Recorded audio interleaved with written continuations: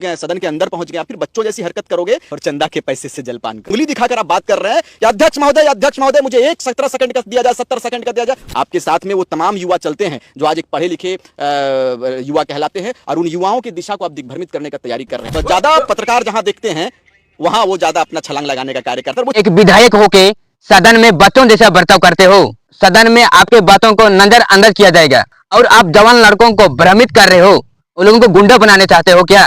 Tiger Jairam Mahato सभी media वालों को खरीदते हैं, इसलिए टाइगर जयराम महतो वहां पर कूद जाते हैं। चलो इस वीडियो क्लिप को देखते हैं और लास्ट में इस आदमी को अच्छी तरह से रिलाई करेंगे और ये वाला भी कर देंगे। अपने आप में उनको मंथन करना चाहिए। अब एक आप संवैधानिक पद पर पहुंच गए, सदन के अंदर पहुंच गए, फिर बच्चों जैसी हरकत करोगे तो राज्य के लोग हैं, राज्य के लोग सर पर बैठाना जानते हैं तो सर से नीचे भी उतारना जानते हैं। इसलिए आपके चैनल के माध्यम से आदरणीय हमारे बड़े भाई हैं, उनको मैं कहूंगा कि लहजों में बदलाव लाएं, तरीके को बदलो। और आप एक सदन में पहुंच चुके हो, उसकी गरिमा होती है, आप संवैधानिक पद पर हो। कहते हैं कि नशा जैसा भी हो उतर जाता है और घमंड जैसा भी हो ढह जाता है। ये कार्य को ना करें। मैं तो कहूँगा कि भाई विधायक हो तो अच्छे काम करो और चंदा के पैसे से जलपान करो। अच्छा, इसी पर आ रहे थे कि कल एक और वीडियो बड़ा वायरल हुआ जहां वो पत्रकारों से बहुत तेज़ आवाज़ में बात करते नज़र आ रहे थे।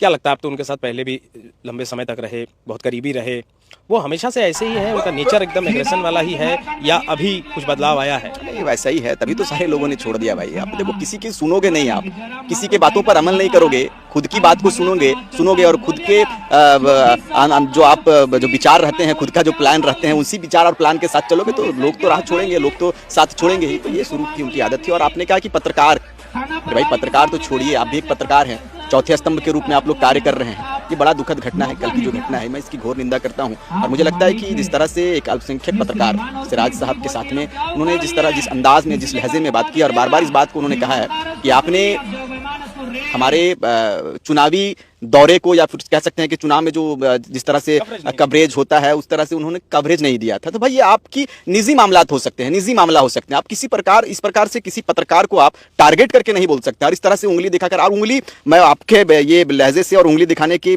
बातों से मुझे याद आया कि भाई इन पत्रकार तो छोड़िए, इस सदन में विधानसभा अध्यक्ष को भी उंगली दिखाकर बात किया है। ये बड़ा निंदनीय विषय है, घोर निंदा। मैं इसकी जितनी निंदा करूं कम है। सदन की एक गरिमा होती है पत्रकार महोदय, सदन का एक अपना उसकी गरिमा होती है, वो मंदिर है। आप एक तरफ दंडवत प्रणाम करके जाते हैं, एक तरफ खाली पैर का ढोंग दिखलाते हैं और कहते हैं कि हम खाली पैर में जाते हैं इस जगह पर, ये मंदिर हमारा है। तो भाई मंदिर के पुजारी को आप इस तरह से जो बातों से आप ये कह रहे हैं, ये कहां का अंदाज है? ये जो उंगली दिखाकर आप बात कर रहे हैं, या अध्यक्ष महोदय मुझे 17 सेकंड का दिया जाए, 70 सेकंड का दिया जाए। उंगली आप दिखाकर इस विधानसभा के अध्यक्ष के साथ में आप बात नहीं कर सकते हैं। आपको सदन की गरिमा को समझना होगा विधायक महोदय। और आपके चैनल के माध्यम से साफ साफ कहना चाहेंगे कि लोकतंत्र के चौथे स्तंभ का सम्मान करना होगा विधायकों को, लोकतंत्र के चौथे स्तंभ को आपको मानना पड़ेगा, समझना होगा, इसलिए कि ये देश का चौथा स्तंभ है। और पत्रकार को आपने गलत रूप से व्यवहार किया, मुझे लगता है कि माफी मांगनी चाहिए जयराम जी को। और ये एक तरह से धमकी भी देते हैं उनके लोग। अभी तो मैं तो देख रहा था वो सिराज साहब का जो कल से वायरल हो रहा है, मैंने देखा कि उनके कुछ लड़के सोशल मीडिया में लिख रहे हैं कि आपके मिलियंस फॉलोवर्स को हम घटा देंगे। भाई धमकी आप मत दो, किसी पत्रकार को आप धमकी दे रहे हो और आप तब तो ये गुंडा राज स्थापित करना चाहते हो। और आप माओ के सम्मान में जो राष्ट्रीय आदरणीय मुख्यमंत्री महोदय के द्वारा जो, और पूरे संगठन, पूरे पार्टी के द्वारा जो योजना गांव-गांव तक पहुंचाया जा रहा है, आप इस योजना की निंदा कर रहे हैं। आप इस योजना को कह रहे हैं कि भाई पुचका, और ये बेतुकी बातें हैं। मैं कहूंगा आदरणीय मुख्यमंत्री विधायक महोदय से कि भाई जयराम भाई, आप एक पढ़े लिखे व्यक्ति हो और आप इस तरह से यदि बात करोगे तो आने वाला जो पीढ़ी है, आने वाला जो नौजवानों का भविष्य है, मुझे लगता है कि सीख पड़ोसिया सीख, ना सीख तो घारे सीख। आपके साथ में यदि लड़के रहते हैं, आपके साथ में वो तमाम युवा चलते हैं जो आज एक पढ़े लिखे युवा कहलाते हैं और उन युवाओं की दिशा को आप दिग्भ्रमित करने का तैयारी कर रहे हैं। आप तो खुद विधायक बन गए और लोगों की नैया को आपने डुबो दिया और किसी भी लड़के को आपने विधायक बनाने का काम नहीं किया है। लेकिन एक चीज में अंत में सिर्फ इस बात को कहेंगे कि ज्यादा दिन तक आपका ये जो नौटंकी है, ज्यादा दिन तक जो आपने ढोंग मचा कर रखा है, ये नहीं चलेगा। कल देखा मैंने पत्रकारों से कह रहा है, और कोई सवाल है क्या, और कोई सवाल है क्या? अरे भाई, जब आपको क्लियर कर दिया कि अब कोई सवाल नहीं है तो खुद जहां वो ज्यादा पत्रकार जहां देखते हैं वहां वो ज्यादा अपना छलांग लगाने का कार्य करता है। वो चाहते हैं कि हम किस तरह से माहौल में बने रहें। एक विधायक से कुछ नहीं होता है। एक विधायक विचारधारा यदि सही रहेगी, विचार सही देंगे या सदन में अपनी बातों को बेहतर रूप से रखेंगे, सही बातों को रखेंगे तो आपकी बातों को सुना जाएगा, और उंगली दिखाकर यदि बात करेंगे तो आपको नजरअंदाज किया जाएगा। विधानसभा में टाइगर जयराम महतो अकेला है, लेकिन सबके ऊपर भारी है, क्योंकि वह बहुत पढ़ा लिखा है और सबको ऊपर आवाज में आवाज उठा रहा है। लेकिन उसका आवाज को दबाने की कोशिश इतना ज्यादा कर रहे हैं तो भी टाइगर जयराम महतो नहीं दाब रहे और उसके ऊपर इतना ज्यादा आरोप लगा रहा है ये आदमी। आप लोग उस वीडियो क्लिप तो जरूर देखें कि टाइगर जयराम महतो के विरोध में वह लड़का क्या क्या बोल रहा है। हम लोग अभी अच्छी तरह से रिलाई भी करेंगे और टाइगर जयराम महतो सदन में क्या क्या बोलते हैं मैं उसको एक्सप्लेन कर दूंगा। टाइगर जयराम महतो को सदन में सिर्फ 1 से 5 मिनट केवल दिया जाता है।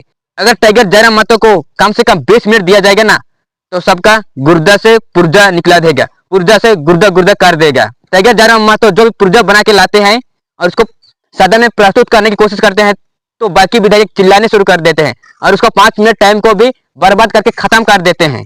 और टाइगर जयराम महतो को बोलते हैं कि उंगली उठा के सदन में बात करना मना है, उंगली उठा के बात नहीं कर सकते हो। तो टाइगर जयराम महतो करेगा तो क्या करेगा, उसका 5 मिनट को भी तो आप लोग देखना नहीं चाहते हैं, उसका 5 मिनट का समय को भी टाइगर जयराम महतो को उपयोग करने नहीं देते हैं। टाइगर जयराम महतो करेगा तो क्या करेगा, वो उंगली उठा के बात नहीं करेगा तो क्या करेगा। मीडिया उसके पास आती है ना कि टाइगर जयराम महतो मीडिया के पास जाता है, क्योंकि टाइगर जयराम महतो का हर वीडियो सब वीडियो वायरल होता है। यहाँ तक सभी ऑडियंस लोग टाइगर जयराम महतो के बातों को सुनने आते हैं ना कि बाकी विधायकों को देखने या सुनने आते हैं, क्योंकि टाइगर जयराम महतो ही सब जगह आवाज उठा रहे हैं। इसलिए सभी ऑडियंस या जनता टाइगर जयराम महतो को बहुत पसंद करती है।